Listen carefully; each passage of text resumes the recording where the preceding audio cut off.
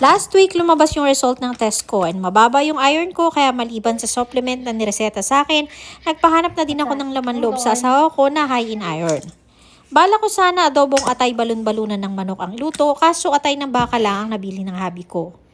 Today gagawin ko siyang bistek style para kahit papano may sabaw at makain ko siya.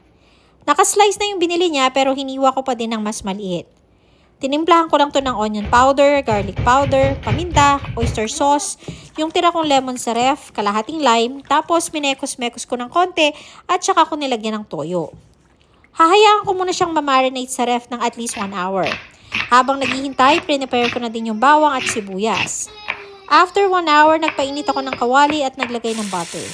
Prinito ko lang yung atay sa malakas na apoy hanggang mag-brown yung magkabilang side. Nilipat ko muna sa bowl saka ako ginisa yung bawang sibuyas sa butter. Nilagay ko na din yung marinade ng atay tapos tinagdagan ko ng tubig. Tinimplahan ko siya according sa trip ko. Nilagyan ko ng pulang asukal na hindi ko na na-videohan. Nilagyan ko din ng kalahating lime na natira at 2 piraso ng laurel. Naglagay din ako ng cornstarch para medyo malapot.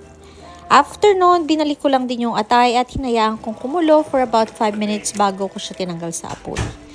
In-steam ko din pala yung okrang nabili ng asawa ko. Normally, nilalaga ko siya pero according sa chismis, mas na-retain yung mga vitamina kapag in-steam siya. Kaya ayun, bumili kami ng parang 2-in-1 pan na pwedeng pag-steaman.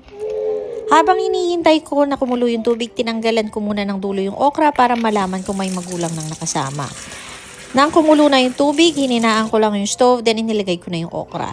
In-steam ko yung okra for about 5 to 6 minutes dahil gusto ko half cook lang. Ginawan ko pala ng sausawan yung asawa ko dahil hindi niya trip yung bagong isda.